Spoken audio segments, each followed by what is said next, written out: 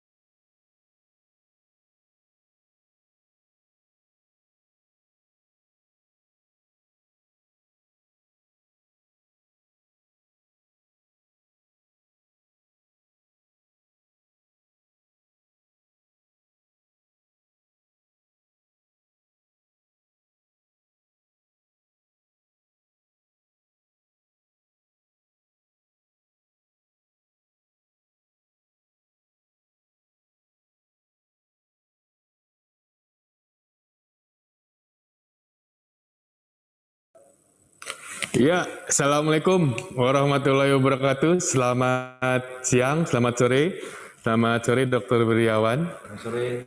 Iya. Assalamualaikum warahmatullahi wabarakatuh. Ya. Pada kesempatan ini kami akan menyampaikan mengenai penanganan infertilitas pada PCOS. Ya, betul. Ya, baik. Terima kasih Dr. Wirawan, dan juga terima kasih buat Bapak Course Director Dr. Dian Cahyadi buat introduksinya yang luar biasa. Ya, mudah-mudahan apa yang disampaikan di awal kuesioner pendahuluan tadi bisa terjawab ya melalui presentasi kami pada siang hari ini. Mungkin boleh dibantu untuk teman-teman slide-nya pada siang hari ini.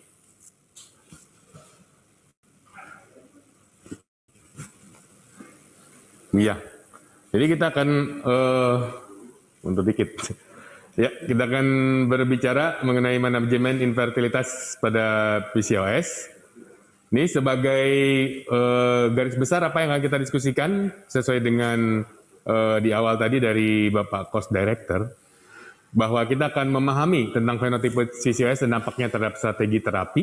Juga kita akan belajar bagaimana menggunakan insulin sensitizer dengan tepat dan bisa mereview sedikit tentang tipe stipulasi yang aman untuk pasien-pasien PCOS. Mungkin itu kira garis besarnya. Dan saya akan coba mundur ke belakang, tentunya kita semua sangat paham dan hanya mereview saja bagaimana sih tentang patofisiologi dari PCOS ini. Nah, buat teman sejawat sekalian, saat ini kita tahu bahwa patofisiologi PCOS itu sesungguhnya terdiri atas 4 kompartemen. Mulai dari kompartemen pertama di hipotalamus dan hipofisis, ya. Terus kompartemen keduanya melibatkan ovarium, kompartemen ketiganya melibatkan jaringan perifer, ya, berupa jaringan adiposit dan terkait dengan komponen adrenal atau berkaitan dengan di ginjal untuk produksi androgennya. Ini adalah keempat komponen yang terkait dengan patofisiologi PCOS. Kita juga tahu bahwa hiperandrogen ini berhubungan dengan hiperproduksi dari testosteron atau peningkatan kadar LH dan FSH. Nah, dipercaya bahwa asal mulanya atau sumber dari regulasi hiperandrogen itu paling utama berasal dari ovarium. Di sini terjadi dysregulasi dari komponen CYP17. Mungkin teman-teman masih ingat tentang serotogenesis, ya, di mana dipercaya bahwa perubahan dari dysregulasi CYP17 ini sangat berhubungan dengan sensitivitas atau pertumbuhan folikel yang berlebih pada pasien-pasien dengan PCOS. Kemudian secara patofisiologi juga peningkatan berat badan akan di bagian perifer serta perubahan dari komponen 5-alfa-deodotestosteron akan menyebabkan pengaruh yang besar terhadap sekresi insulin dan komponen produksi seks hormon binding globulin di liver. Yang tadi kita dapatkan kasusnya terjadi peningkatan ikatan dengan seks hormon binding globulin. Tapi yang sesungguhnya terjadi adalah penurunan dari kadar seks hormon binding globulin. Penurunan kadar seks hormon binding globulin ini akan mengakibatkan ikatan testosteron itu berkurang, sehingga lebih banyak kadar testosteron bebas yang pada akhirnya akan membentuk satu lingkaran yang rumit, gitu ya. Kalau bahasa ini membentukkan lingkaran setan, sehingga sulit diputus dan terjadi kondisi yang kita kenal sebagai PCOS. Selain itu juga dipercaya terjadi perubahan atau hipersekresi dari gonadotropin releasing hormone di hipotalamus yang kemudian akan mempengaruhi hipofisis untuk perubahan pada sekresi hormon LH dan FSH. Termasuk juga yang dulu kita kenal diagnosisnya perbandingan antara LH dan FSH berubah pada pasien-pasien PCOS. Lebih banyak komponen LH yang meningkat. Nah, selain itu juga yang unik kalau pernah beberapa kali bertemu ya, ternyata hampir 25% pasien-pasien PCOS itu berhubungan juga dengan peningkatan prolaktin pada pasien-pasien PCOS. Sehingga ada harapan sebenarnya kadang-kadang pada pasien-pasien dengan PCOS ini pemberian bromokriptin atau penekanan hormon prolaktin akan mengakibatkan resumsi atau kembalinya ovulasi pada pasien-pasien PCOS. Nah, dasar-dasar dari 4 komportemen inilah yang akan menarik dan saling menimbulkan kombinasi terhadap pasien-pasien yang kita temui sehari-hari di dalam praktek ya. Sehingga kemudian berbagai peneliti menyimpulkan bahwa atau mencoba menarik kesimpulan adanya fenotipe pada pasien-pasien PCOS. Slide, tolong. Ya. Slide sebelumnya. Nah, ini gambar slide ini. Dan saya menutupi slide saya, maaf. Nah, tadi saya bicara tentang patofisiologi PCOS, itu kita sudah tahu semua pasti di soal-soal ujian, berhubungan dengan hiperandrogen dan hirsutism, disfungsi ovulasi, terus gambaran polikistik ovari, ya, atau sindroma ovarium polikistik yang kita kenal. Kita kenal ada 4 fenotipik, ada A, B, C, D. Yang klasik adalah A dan B, di mana bisa dikatakan timbul hiperandrogen dan disfungsi ovulasi.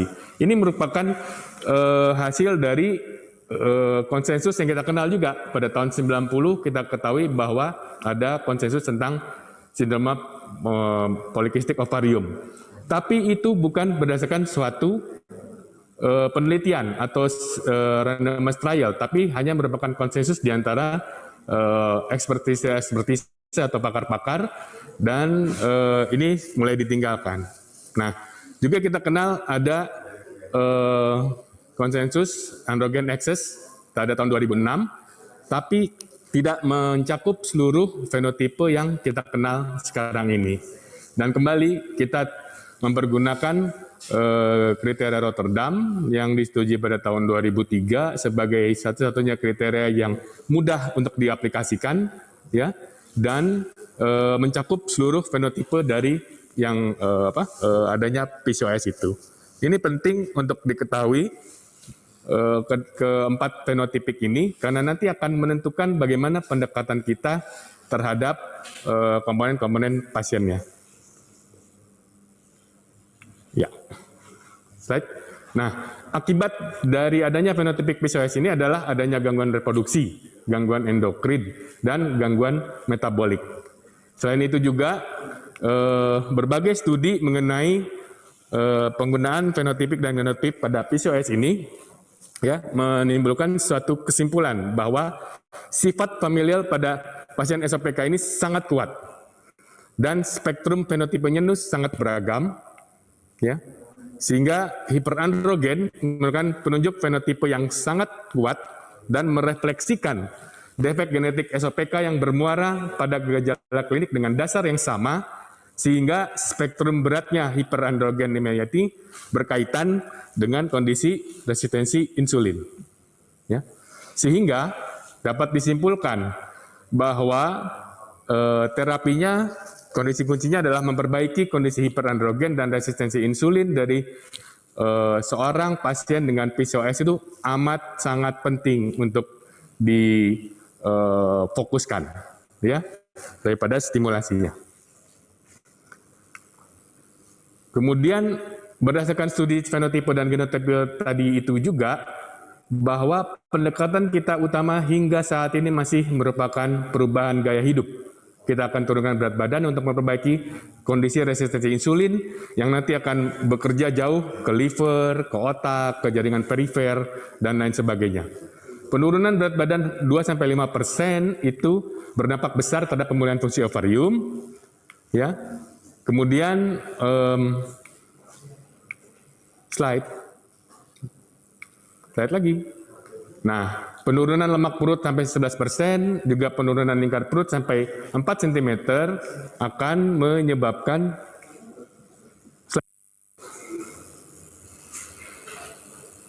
peningkatan sensitivitas insulin sangat banyak sampai 71%. Ya. Nah, sehingga pentingnya perubahan gaya hidup adalah suatu perlambang dan harus difokuskan pada pekerjaan kita sehari-hari untuk memperbaiki kondisi patogenesis dari si PCOS itu. Nah, kemudian sejak tahun 2007 tuh udah ada tuh konsensus untuk terapi infertilitas terhadap PCOS. Dulu pasti kita hafal. First line-nya adalah clomiphene citrat, ya, karena dia sifatnya adalah antiestrogen, tadi sudah disebutkan oleh pembicara sebelumnya di kursus infertilitas dasar, tapi ada masalah dengan penggunaan clomiphene citrat ini. Ya. Nah, karena kita kenal ada istilah resisten clomiphene citrat, ada clomiphene citrat gagal. Resisten itu kalau tidak terdapat folikel yang dominan setelah 3-6 siklus penggunaan clomiphene citrat. Sedangkan untuk yang gagal, ada terjadi ovulasi tapi tidak terjadi kehamilan. Sehingga di situ kita mempertimbangkan penggunaan dari gonadotropin atau laparoskopi ovarian drilling. Nah, baru yang ketiganya kita pilih adalah penggunaan IVF untuk terapi-terapi pada pasien PCOS. Slide. Nah, berdasarkan tadi dari konsensus Thessaloniki ini, maka kita kenal manajemen untuk infertilitas pada pasien PCOS itu yang pertama adalah tadi yang saya sebutkan, perubahan gaya hidup. Untuk stimulasi ovulasinya, kita mempergunakan clomiphene citrat. Kita tidak dianjurkan untuk menggunakan aromatase inhibitor, ya, karena pada saat itu dikhawatirkan akan berdampak atau mempunyai efek samping yang besar. Ini adalah first line terapi pada PCOS. Untuk second line-nya, baru bila terjadi tadi resisten clomiphene, maka kita kombinasikan dengan metformin, ya. Nah, kita tambahkan metformin kalau BMI-nya kurang dari 35 IU. Nah, bisa juga kita pergunakan gonadotropin, ya, tadi LOD atau bariatric surgery. Nah, kita tahu sekarang bahwa tahun 2018 kemarin terjadi tuh perubahan. Nah, ini kita akan saksikan atau sampaikan bagaimana perubahan-perubahan itu mempengaruhi pendekatan terapi kita. Silakan, dokter. Ya, jadi ini adalah merupakan konsensus yang terbaru dari PCOS untuk penanganan infertilitas. Nah, kalau kita lihat sebelumnya clomifen citrat yang sudah 40 sampai 45 tahun menjadi first line drug-nya. Tapi ternyata pada tahun 2018 ini terjadi perubahan konsensus mengenai terapi PCOS ini. Jadi first line drug-nya sekarang adalah justru letrozole, bukan clomifen citrat. Kalau kita lihat di sini, mana? Nah ini, ya. Jadi letrozole merupakan first line drug-nya.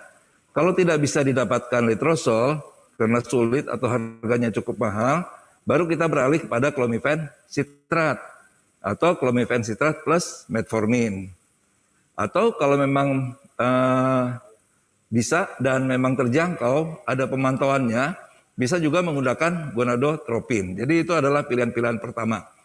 Nah, kemudian second line drug-nya gonadotropin, laparoskopi, dan third line-nya baru IVF. Ya, silakan. Ya,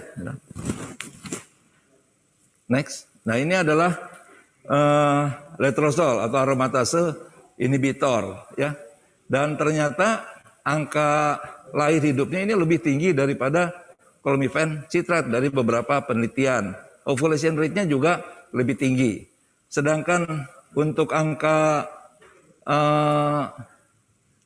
kegagalannya atau misalnya pregnancy loss-nya dan multiple pregnancy-nya tidak berbeda jauh bermakna dengan clomifen citrat. Nah, jadi di sini kita lihat bahwa aromatase inhibitor untuk first line drug lebih unggul daripada clomifen citrat. Ya, silakan. Ini yang sudah lama kita kenal. Dulu first line drug-nya selama hampir 40 tahun, ya, dengan conception rate-nya memang cukup tinggi, 22%, pregnancy rate-nya 60 sampai 70% selama 6 siklus.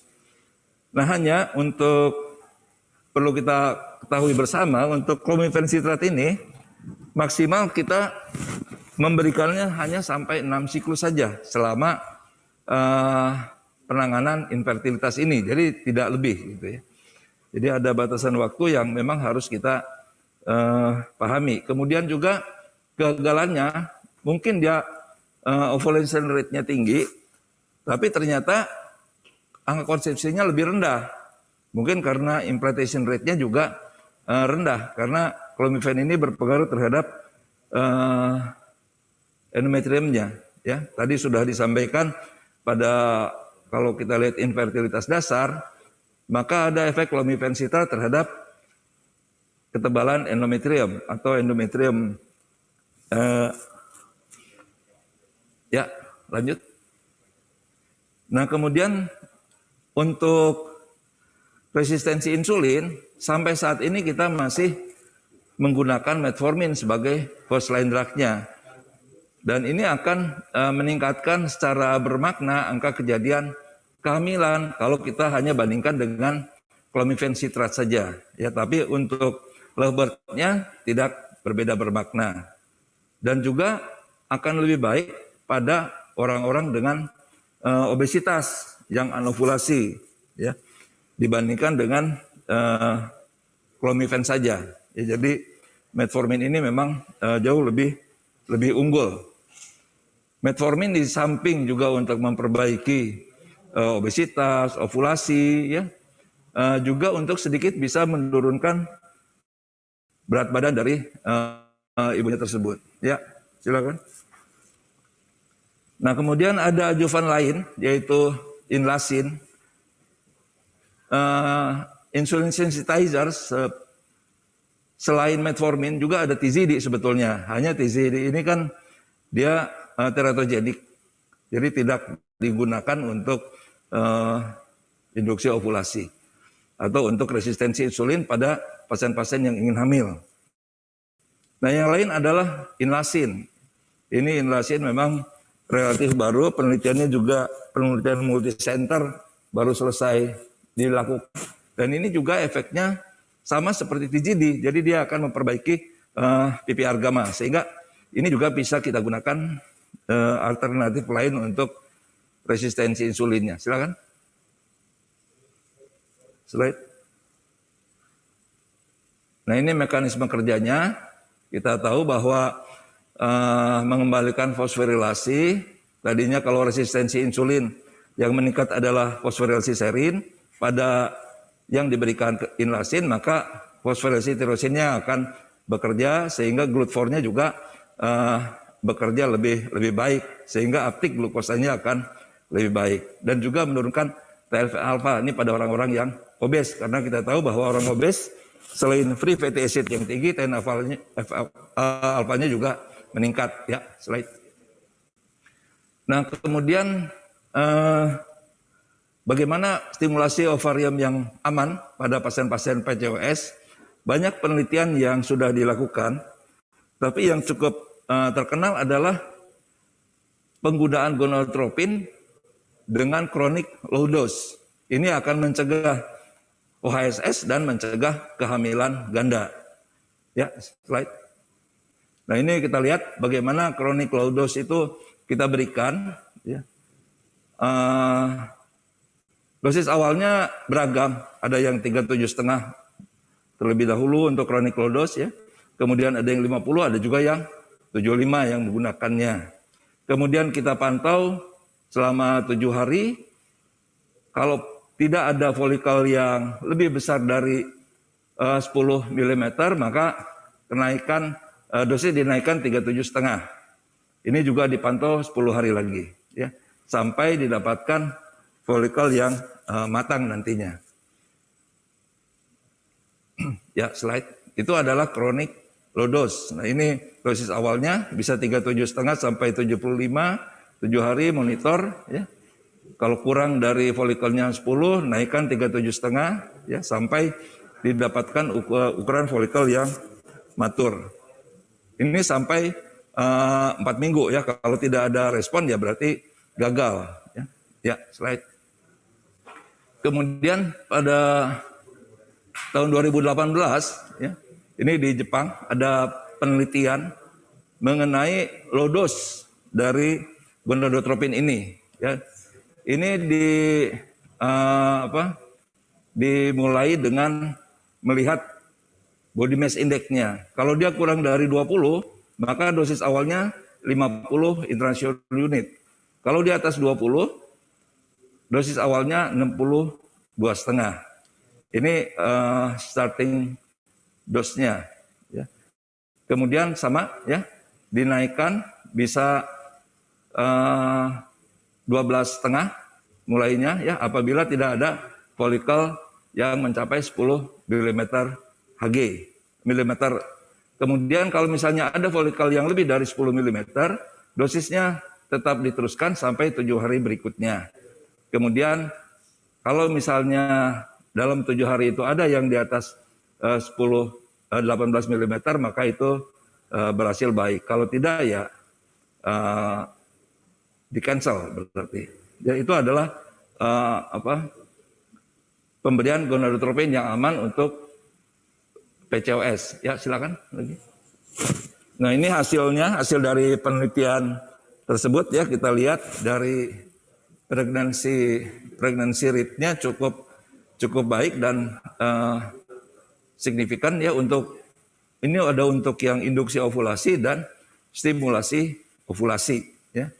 Jadi tidak ada yang di cancel karena tidak ada folikel yang dominan kelihatan. Ya, slide. Angka kejadian OHSS juga tidak ada. Ya. Pemantauannya dengan USG 45 hari setelah diberikan gonadotropin dengan interval 1-3 hari untuk melihat respon perkembangan folikel. Karena kita tahu bahwa 1 hari itu dihadapkan 2 mm. Ya. Kemudian juga dilihat ketebalan endometrium untuk melihat prognosis dari implantasi. Ya. Nah, goalnya sebetulnya adalah single follicle matur. Ya. Tapi tentu saja kalau di kita lebih baik kalau ada beberapa folikel yang matur. Ini adalah konsensus terbaru untuk induksi ovulasi yang menggunakan gonadotropin. Ya. Kita lihat gonadotropin bisa digunakan untuk second line. Tapi tidak menutup kemungkinan juga di sini bahwa gonadotropin diberikan untuk first line terapi, ya. Asal jelas ada USG monitoring untuk melihat kemungkinan adanya OHSS dan lain-lain, ya. Tapi tentu saja risiko biaya juga harus diperhitungkan baik. Kalau misalnya biaya tidak masalah, ada monitoring USG, maka gonadotropin bisa dilakukan sebagai first line treatment. Nah, gonadotropin juga bisa diberikan bersama-sama dengan clomifen maupun metformin, ya, untuk induksi ovulasi. Ya. Dan juga gonadotropin dengan ditambah metformin, angka keberhasilannya akan lebih baik kalau kita berikan atau kalau hanya diberikan gonadotropin saja. Ya, silakan. Slide. Ini adalah tip and tricks ya untuk pemberian gonadotropin. Ya, dia memang harganya cukup mahal, tapi ya tentu saja kita berikan pada yang memang tidak ada masalah dengan biaya ya. Kemudian dilakukan memang yang sudah mahir untuk melakukan induksi ovulasi dan juga ada monitoring USG-nya. Ya. Ya, slide. Nah, jadi sebagai kesimpulan, tentu saja pasien-pasien PCOS ini sangat terkait erat dengan bukan hanya dengan infertilitas saja, tapi juga dengan status kesehatan secara keseluruhan, karena di sana akan terjadi gangguan metabolik, gangguan endokrin dan lain-lain, sehingga treatment atau terapi pertamanya adalah dengan merubah gaya hidup yang tadi sudah disampaikan oleh Dr. Mulya. Nah, lalu letrozol merupakan first line drug, ya. Kalau tidak tersedia letrozol, baru kita gunakan clomifen atau gunakan clomifen plus metformin untuk pasien-pasien dengan anovulasi. Ya, slide.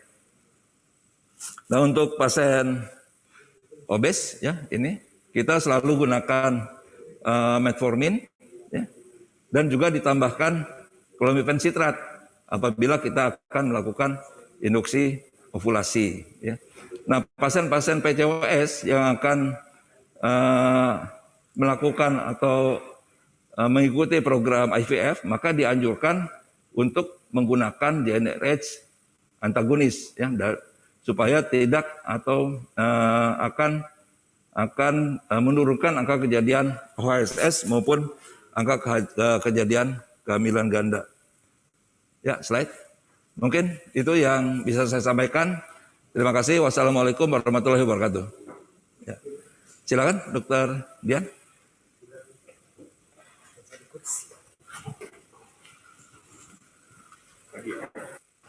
Sampai. Dian di mana? Saya di tengah.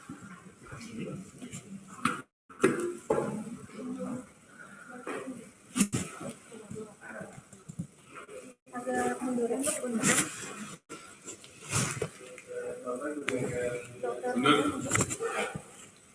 Dokter Dian bisa Kasih Bapak ya. Apa itu, Pak? HP, Pak?